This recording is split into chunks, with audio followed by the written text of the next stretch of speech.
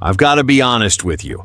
Something about what's happening right now on the PGA Tour just doesn't sit right with me. You can feel it. There's this tension in the air. The game is evolving, the competition is getting sharper every single week. The talent pool feels deeper than ever. And yet, behind the scenes, decisions are being made that could completely reshape what this tour looks like in just a couple of seasons. And not everyone is happy about it. In fact, one of the most respected voices in professional golf just spoke up. And when a veteran with decades on tour decides to open up like that, you know it's serious. This isn't just about scheduling tweaks or minor adjustments. This could affect careers. It could affect young players trying to break through. It could change what it even means to make it on the PGA Tour. If you're a real PGA Tour fan, like someone who watches every weekend, follows the rankings, lives and breathes this stuff, you're going to want to hear this. And hey, before we dive into it, if you're the kind of fan who doesn't miss a leaderboard update, who checks tee times on Thursday mornings, who actually cares about where this tour is heading, make sure you're subscribed to PGA Tour Today. We're so close to our first 1,000 subscribers. We're only 300 away. And here's the crazy part. A lot of people watching these videos still aren't subscribed. If you love staying on top of every PGA Tour headline, every behind-the-scenes shift, every ranking implication, every real conversation like this, double-check that you're subscribed so you don't miss anything. This channel is built for true golf fans, and if that's you, you belong here with us. All right, here's what's really going on. The voice that spoke up, it was Stewart Cink. And when Cink talks, people listen. This is a guy who's been in the PGA Tour since 1995, nearly 3 decades inside those ropes. He's seen eras come and go. He's won big. And not that long ago, in 2021, he lifted the trophy at the RBC Heritage, proving he still belongs. So when someone like that says, "I hate this," you pay attention. The frustration? It's about the direction the tour is heading, especially after the appointment of Brian Rowlap as CEO. We already knew changes were coming, but now we're starting to understand how drastic they might be. Starting in 2025, the plan is to reduce the number of full PGA Tour cards to just 100 players. 100. Think about that. Right now, we talk all the time about how deep the field is, how the gap between the top players and the guys ranked 150th in the world is shrinking. Week after week, we see leaderboard traffic jams. We see young players coming out fearless. The skill level across the board has exploded. And in the middle of that rise in quality, the tour is shrinking. There are even rumors that the schedule could eventually be trimmed to just 20 events. 20. Now, the idea behind this, and it's a vision supported by legends like Tiger Woods, is to create a more elite, more competitive, more premium product. Smaller fields, bigger stakes, more intensity.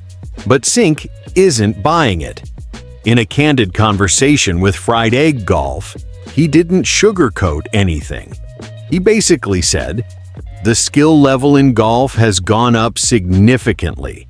The disparity between the best and the rest is smaller than ever. And at the same time, we're talking about shrinking the tour?" In his words, it doesn't make sense, and he hates it. That's strong language from someone who's usually measured and thoughtful. He even said he wishes the game would open up to more players, not fewer.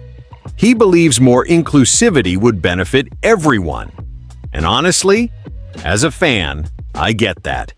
Because some of the best stories we've seen on tour over the past decade have come from guys grinding their way in. Monday qualifiers, late bloomers, veterans hanging on. young kids breaking through. That unpredictability, that's part of what makes the PGA Tour special. But here's where it gets complicated. Cink also acknowledged the business reality. The PGA Tour isn't just a sports organization anymore, especially with the creation of PGA Tour enterprises and outside investors expecting returns. This is now very much about profitability, growth, media rights, broadcast value, and that's where Rolap comes in. He has a deep background in sports media and television. From a business standpoint, the idea is clear. Fewer players, tighter fields, more concentrated star power, potentially higher TV ratings, stronger sponsorship value. Cink even admitted that, from a profit perspective, this direction might actually be correct. And that's the part that hurts. He basically said, maybe Rolap is right. Maybe this is what needs to happen to increase revenue. But he wishes it wasn't true, because there are more deserving players than ever who might lose their shot. That's the emotional core of this whole debate. Because look at what's happening competitively right now. This season alone, we've seen winners like Chris Gotterup, Scotty Scheffler, Justin Rose, and Colin Morikawa. And all of them are inside the top 10 in the world ranking. That tells you something. The quality at the top is elite. But the depth beneath them, also elite. And here's the real concern. What happens to the next generation? If you cut full cards to 100, if you reduce the calendar, you narrow the pathway. That puts even more pressure on developmental tours like the DP World Tour and the Korn Ferry Tour.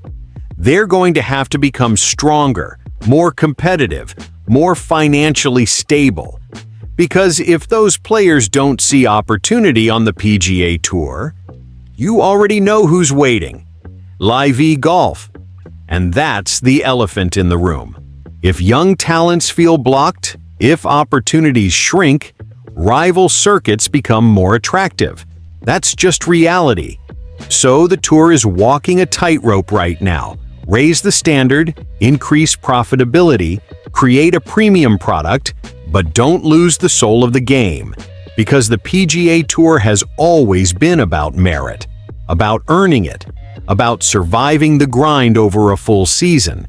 If we reduce it to a smaller, tighter club, does that make it better? Or does it make it exclusive in the wrong way? That's the question. And as a fan who watches every week, follows the rankings, tracks FedEx Cup points, looks ahead to the majors, this feels like a turning point.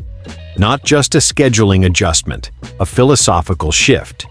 And here's what it really means moving forward. If this model works, we might see a more intense, star-driven tour heading into 2026 and beyond. Bigger events, stronger fields, top 10 players battling constantly. But if it doesn't balance opportunity with excellence, we risk losing the pipeline that feeds the future. Because today's unknown rookie is tomorrow's major champion. And if the door gets too narrow, we may never meet some of those future stars. That's why Cink's voice matters. He's not just protecting veterans. He's defending the idea that the PGA Tour should grow with the rising level of talent, not shrink against it. And as fans, we should care about that. Because this isn't just about one player's opinion. It's about what kind of tour we want to watch 5 years from now. So now I want to hear from you. Are you in favor of a smaller, more elite PGA Tour?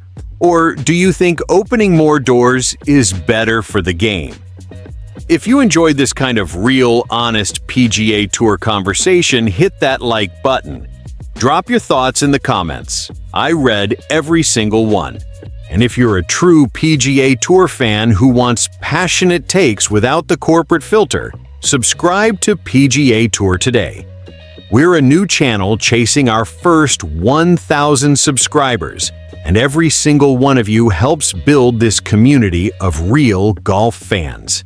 Because at the end of the day, we all want the same thing: A PGA Tour that stays competitive, stays exciting, and most importantly, stays true to the game we love.